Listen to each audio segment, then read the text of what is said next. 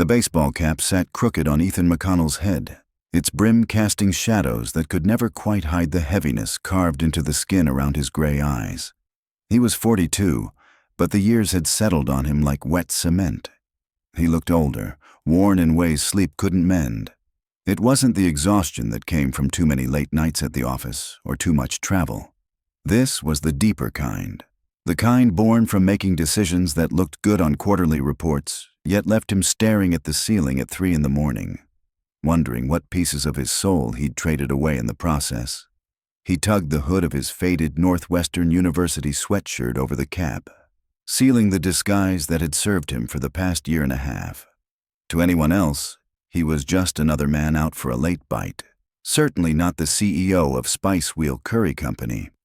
Not the man whose signature had decorated over 300 termination letters in the past year.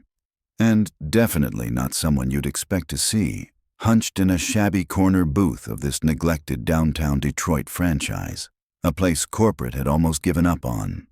The brass nameplate pinned to his sweatshirt read, Eddie Martinez, Internal Audit. That false identity had opened doors to 47 stores across the Midwest.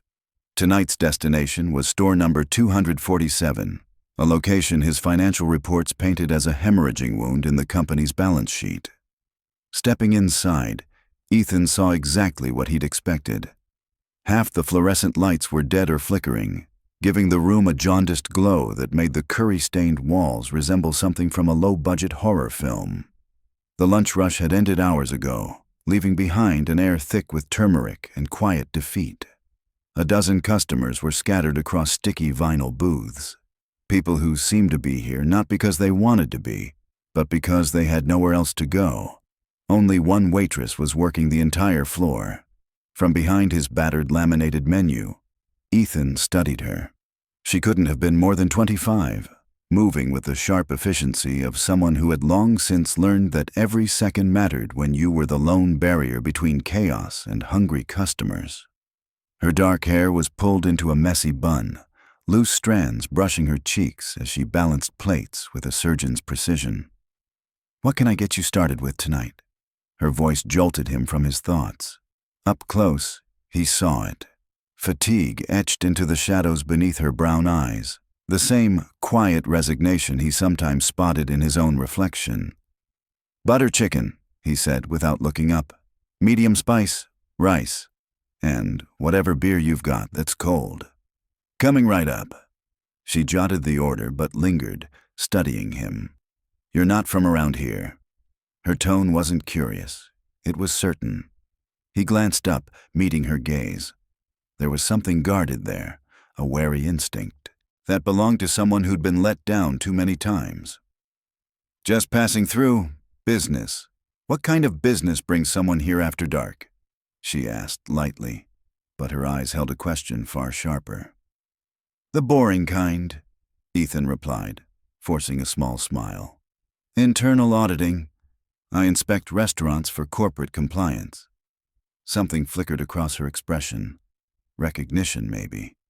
But it vanished so quickly he wondered if he'd imagined it. "Well, you picked an interesting night," she said before turning away. As she disappeared into the kitchen, Ethan pulled out his phone. 3 emails from his CFO about tomorrow's board meeting. 2 from his ex-wife reminding him of their daughter's soccer tournament. Another one he'd probably miss.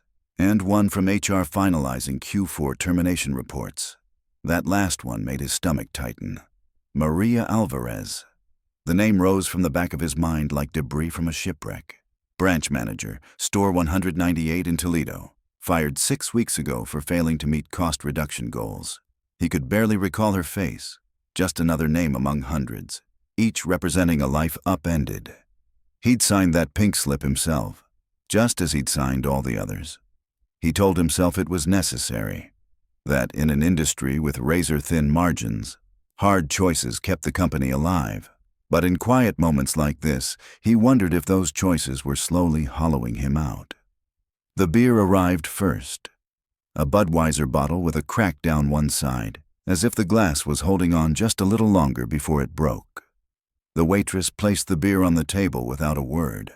her focus already drawn to an elderly man at table 6, waving his empty coffee cup like a surrender flag. Ethan took a long, deliberate drink, letting the cold bitterness settle in his chest before his gaze wandered. The cash register looked like it had survived the Reagan era, its faded keys worn smooth from decades of use. 2 ceiling tiles bore dark water stains, each a quiet confession that the roof leaked. Near the kitchen door, the carpet had been trodden down so far the backing was visible, a thin, frayed border between the staff and the slow decay, eating this place alive. This was a business dying in public, its decline as obvious as a wound left untreated. And everyone working here had to know it. His phone buzzed. Another email from corporate. This one contained the preliminary closure list for Q1. Store number 247 was third. That meant by February, Lena, the overworked waitress, would be out of a job. The thought registered, but only faintly, as if some part of him had grown numb to the consequences of his decisions. 20 minutes later, Lena returned with his butter chicken. Steam curled upward from the plate, carrying the fragrance of cumin, garlic, and tomatoes.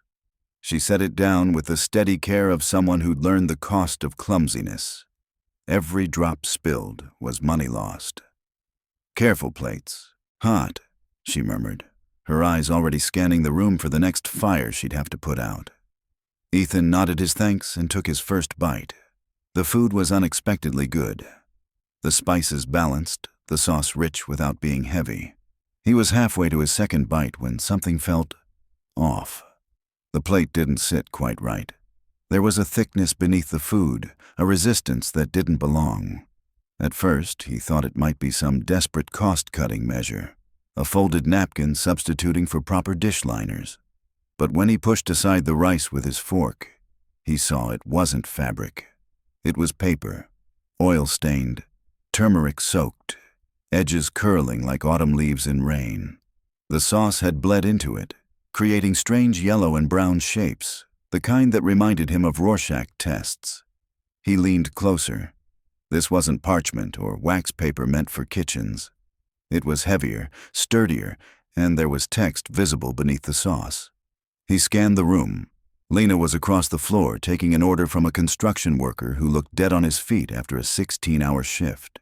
The elderly man was lost in a crossword puzzle. No one was watching. Carefully, Ethan worked the paper free with his knife and fork. It tore in saturated fragments, but he managed to lift larger pieces intact. Black print emerged from beneath the curry. The first thing he saw was a logo. His logo. The spice wheel emblem. A stylized steering wheel with curry leaves for spokes. This wasn't marketing material. The paper was too formal, too deliberate. A larger scrap revealed part of a receipt. Store number 198, Toledo, Ohio. Order total, $47.23. Manager signature, M. Alvarez. His chest tightened. He flipped the paper over, and the air seemed to thin around him. Maria Elena Alvarez. The name was printed in bold at the top, a professional header that had survived the sauce's assault. Below it, partially obscured by stains, were fragments of a resume. 8 years in food service management. A business administration degree from Wayne State University. Branch manager of Store 198 from 2019 to 2024. Then came the awards. Employee of the Month, October 2021, March 2022, January 2024. Implemented cost-cutting strategies that increased profits by 12%. Each line was a blow to his ribs. The turmeric had begun to dissolve the ink, washing away her carefully chosen words. Years of dedication, distilled to a list, were now smudged and bleeding into his dinner. January 2024, just 3 months before he'd fired her.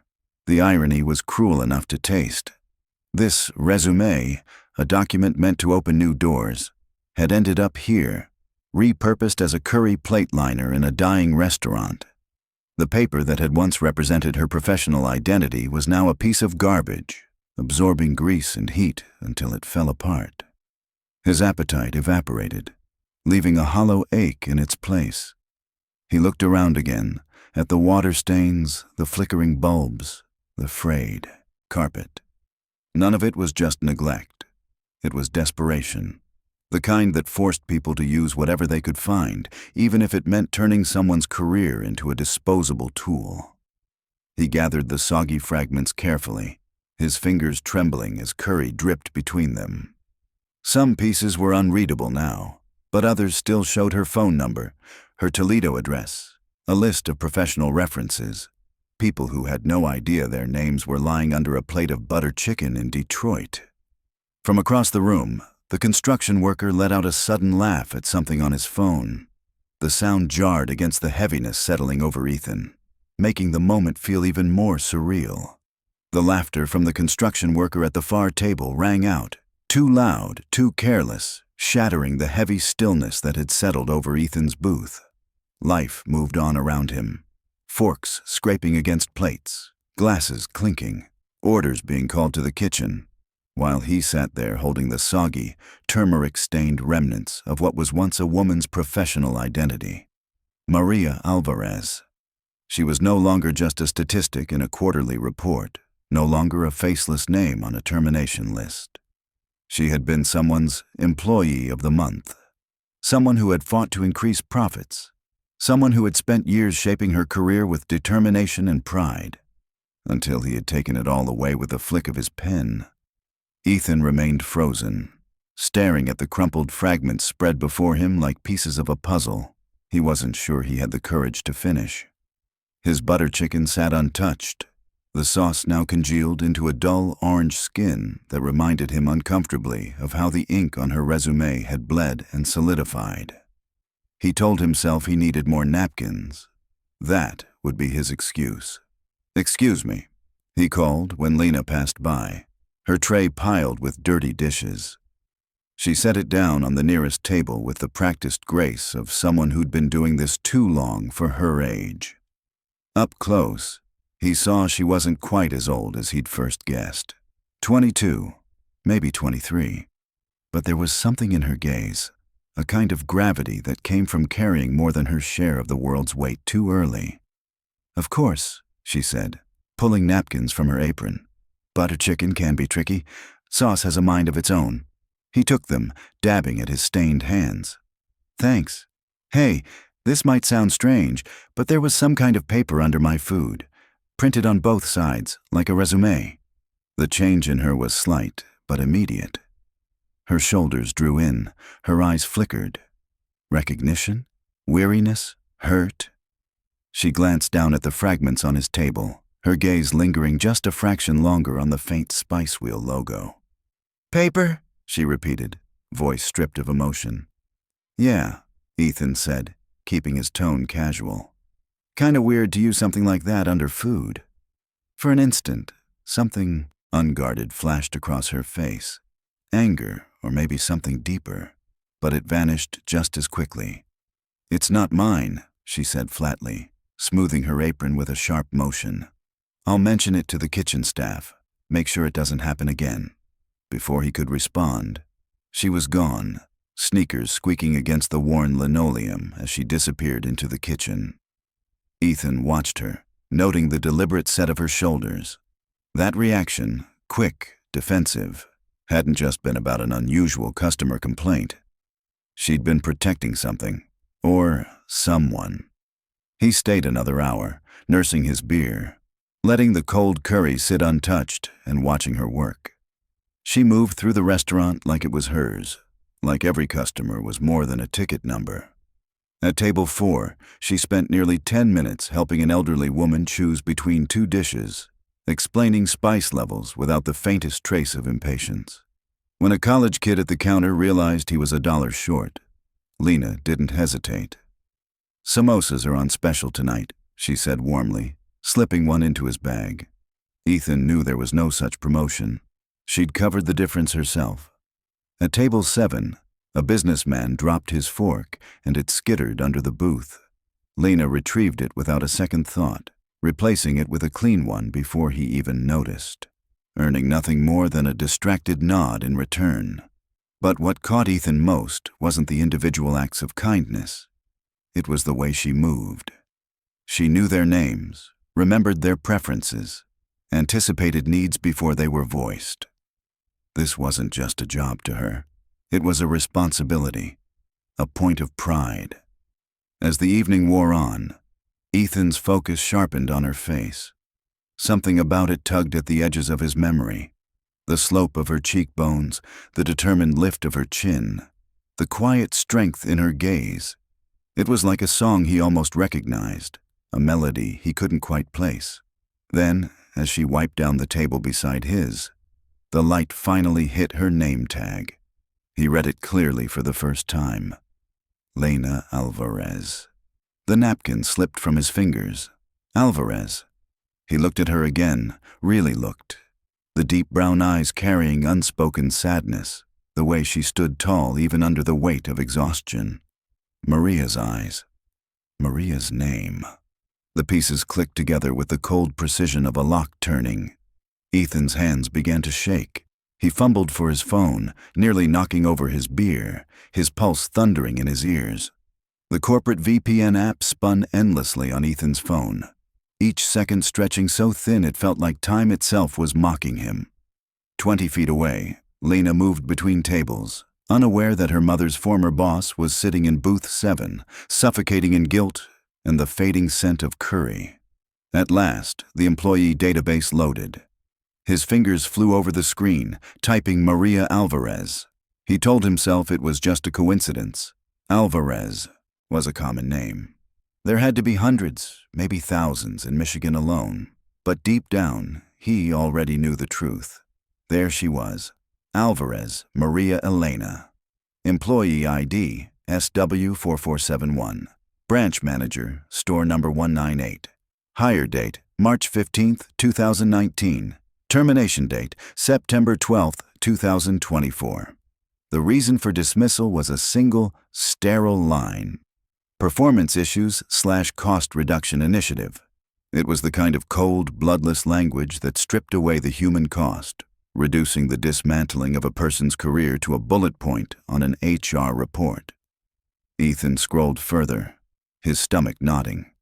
The official timeline looked neat, almost reasonable. Warnings, performance reviews, notes about excessive absences. June 2024, counseled for attendance. July, written warning. August, final warning. The progression was corporate textbook, until you remembered that real people didn't suddenly start missing work for no reason, especially not employees with years of stellar performance.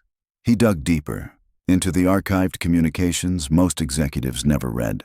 That's when he found it. An email buried beneath layers of bureaucracy. From M. Alvarez, malvarez@spicewheel.com. To J. Patterson, District Manager. Date, August 2nd, 2024. Subject, extended leave request. Jim, I need to formally request an extension of my family medical leave. As discussed, my daughter requires additional surgical procedures that weren't part of the original plan. The doctors say another 2 to 3 weeks minimum, possibly longer depending on her recovery. I know this puts the store in a difficult position, so I've arranged for Lisa to cover evenings until the end of the month. I can work mornings when I'm not at the hospital, but I'll need flexibility until Lena is back on her feet. I understand this isn't ideal timing with quarterly reviews approaching, but I'm hoping corporate can work with me. Lena is all I have. I can't let her go through this alone. Maria Ethan felt something coil tight in his chest, like steel cables pulling with each word he read. He continued scrolling. From J. Patterson. To Ms. Alvarez. Date, August 5th, 2024. Maria, I understand your situation, but corporate has been clear about attendance expectations. We've already extended your leave once. The store's performance metrics are suffering. You need to choose full-time commitment to your position, or we'll have to consider other options. The final email was dated August 15th. Jim, my daughter comes first. Do whatever you have to do. Maria. 3 weeks later, she was terminated. Ethan looked up from his phone. Across the restaurant, Lena was seated in a corner booth beside a young man with textbooks spread out in front of him. She pulled a worn notebook from her apron and a pencil from behind her ear. jotting down notes between bites of a sandwich. She was studying, on her break, during a dinner shift, in a restaurant that probably wouldn't exist in 2 months. The story assembled itself with cruel clarity. Maria Alvarez had been fired not because she couldn't do her job, but because she had chosen to care for her daughter when she needed her most. And that daughter, Lena, was now here, working to support herself, fighting for a better future in whatever scraps of time she could carve from a double shift. The resume under his curry plate wasn't some random scrap. Maria had likely left it behind in the manager's office when she cleared her desk, maybe hoping it would help the next person carry forward her standards. Instead, it had been tossed into a pile of scrap paper, stripped of its meaning, and used to keep sauce from touching porcelain. His phone buzzed again. Another email from corporate. The quarterly closure list. Store number 247, Lena's store, highlighted in red. He stared at the screen, feeling the brutal symmetry of it. First, he'd taken her mother's career. Now he was about to take the daughter's livelihood, her stability, her community. The irony was so sharp it left him breathless. That night, Ethan didn't sleep. Ethan didn't move from the desk in his downtown Detroit hotel room until the sky turned the color of pewter. His laptop screen glowed in the dark, still open to the personnel files he had read over and over, as if repetition might dull the ache in his chest. It didn't. The truth was too sharp. Maria Alvarez had not simply been terminated. She had been failed, discarded by a company that spoke of valuing its employees while quietly treating them as replaceable parts in a profit machine. That file, with its clean lines and corporate phrasing, was nothing more than a sanitized obituary for a career that should never have ended. By sunrise, Ethan knew what he had to do. At 6 p.m. the next evening, he walked through the front doors of store number 247 without the armor of anonymity. No cap, no hoodie, no forged name tag, just a tailored charcoal suit, polished Italian leather shoes, and the unmistakable presence of a man whose signature had once determined the fate of 47 franchise owners. The shift in the room was instant and electric. A teenage cashier froze mid-scan, his mouth hanging open like he'd just seen a rock star stroll into a laundromat. Near the kitchen, a busboy dropped a tub of silverware, the crash ringing through the restaurant like a gunshot.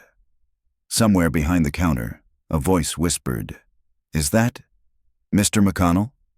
Dennis Kruger, the interim manager, barreled out of the office. Heavy-set, mid-50s, already flushed and sweating despite the restaurant's perpetual chill. "Sir, we weren't expecting. No one told us you were coming." "That's the point, Dennis," Ethan replied evenly, reading the man's name tag. He already knew who he was, a cost-cutting hire with a thin resume and a thicker file of HR complaints. Exactly the kind of compromise that happened when corporate valued margins over morality. Dennis straightened his tie. "I mean, what can we do for you? The books are clean, health inspection passed last month, and we're only slightly behind on our quarterly." "Where's Lena?" The question stopped him cold. His eyes darted, searching for an escape route. "Lena, she's working tonight. Table section. Why? Is there a problem with her service?" "No problem," Ethan said, his voice low. "I need to speak with her." He spotted her a moment later, at table 3, kneeling beside a family with 2 young children, helping the mother navigate the menu while keeping the toddler busy with a set of crayons. She hadn't yet noticed the tension crackling through the restaurant. "Lena," Dennis called, his voice betraying a faint crack. "Could you come here for a second?" Her gaze shifted. She took in the stiff posture of the staff, the nervous glances, and, finally, him. A stranger in a tailored suit who somehow commanded the room. "It's okay," Ethan said before Dennis could speak. "Lena, I'm Ethan McConnell. I own this company. Could I speak with you privately?" Her brow furrowed in confusion. The kind that came from someone who'd learned that sudden attention from authority rarely ended well. "Did I do something wrong?" No, Ethan said, with a heaviness that surprised even him. You did everything right. That's the problem. He led her to booth 7, the same booth he'd sat in the night before. From his briefcase, he produced a clean, white ceramic plate. Underneath it lay her mother's resume, now reprinted on fresh paper, laminated, the edges sealed against time and curry stains. Lena's hand went to her mouth. Where did you get this? She whispered. It was under my food last night, Ethan said. I didn't know who you were then. I didn't know who your mother was. But I should have. He reached into his jacket and placed a manila envelope beside it. Your mother should never have been fired. The company failed her. I failed her. Starting today, we're changing our family medical leave policy, and I'm creating a rehire program for employees who were wrongfully terminated. Lena didn't touch the envelope. Her eyes remained on the laminated resume. That's her final severance, Ethan explained. What she should have received. Tripled.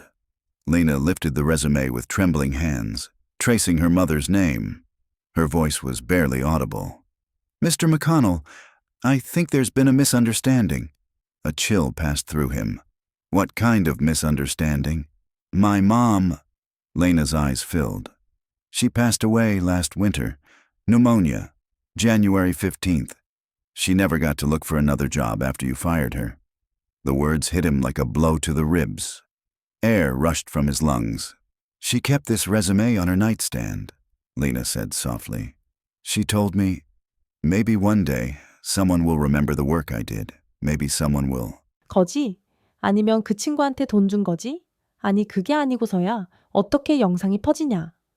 저는 할 말을 잃었습니다. 저는 정말 아무것도 하지 않았는데 그저 피해자일 뿐인데 이 모든 수모를 오히려 제가 뒤집었어야 했어요. 그 순간 남편이 저를 보호하며 말했습니다. 엄마, 이제 좀 그만해. 지혜가 뭘 잘못했는데 욕을 한 건 엄마잖아. 시어머니는 아들의 말에 경악한 듯 눈을 부릅떴습니다. 너도 얘 편이냐? 너도 인연이랑 한패냐? 그날 이후 시어머니는 나를 철저히 적으로 보기 시작했습니다. 그런데 그보다 더 큰 반전은 바로 그 다음 날 벌어졌습니다. 24시간 후 영상 밑에 달린 한 댓글 하나가 모든 판도를 뒤집어 놓을 줄은 꿈에도 몰랐어요. 다음 날 아침 평소처럼 남편은 회사로 나가고 저는 간단히 집안일을 정리한 뒤 영상을 다시 확인하려고 유튜브를 열었어요. 영상은 여전히 인기 급상승 목록에 있었고 댓글은 계속해서 쏟아지고 있었죠. 그런데 스크롤을 내리던 제 눈에 딱 멈춘 댓글 하나가 있었어요. 이 영상 제가 찍었습니다. 시모님께서 올려달라고 직접 부탁하셨고 본인 인생 유튜브로 바꿔보겠다며 저한테 20만 원까지 주셨어요. 참고로 그날 며느리분 안 계실 때 저랑 어르신들 앞에서 시모님이 이 장면 재밌게 찍자고 했습니다. 사실 연기처럼 꾸민 영상이에요. 근데 이제는 후회돼요. 죄송합니다. 눈앞이 아찔했습니다. 연기 부탁해서 찍었다고요? 그리고 20만 원? 가슴이 철렁했지만 이 댓글은 오래 노출되지 않았어요. 바로 삭제되었죠.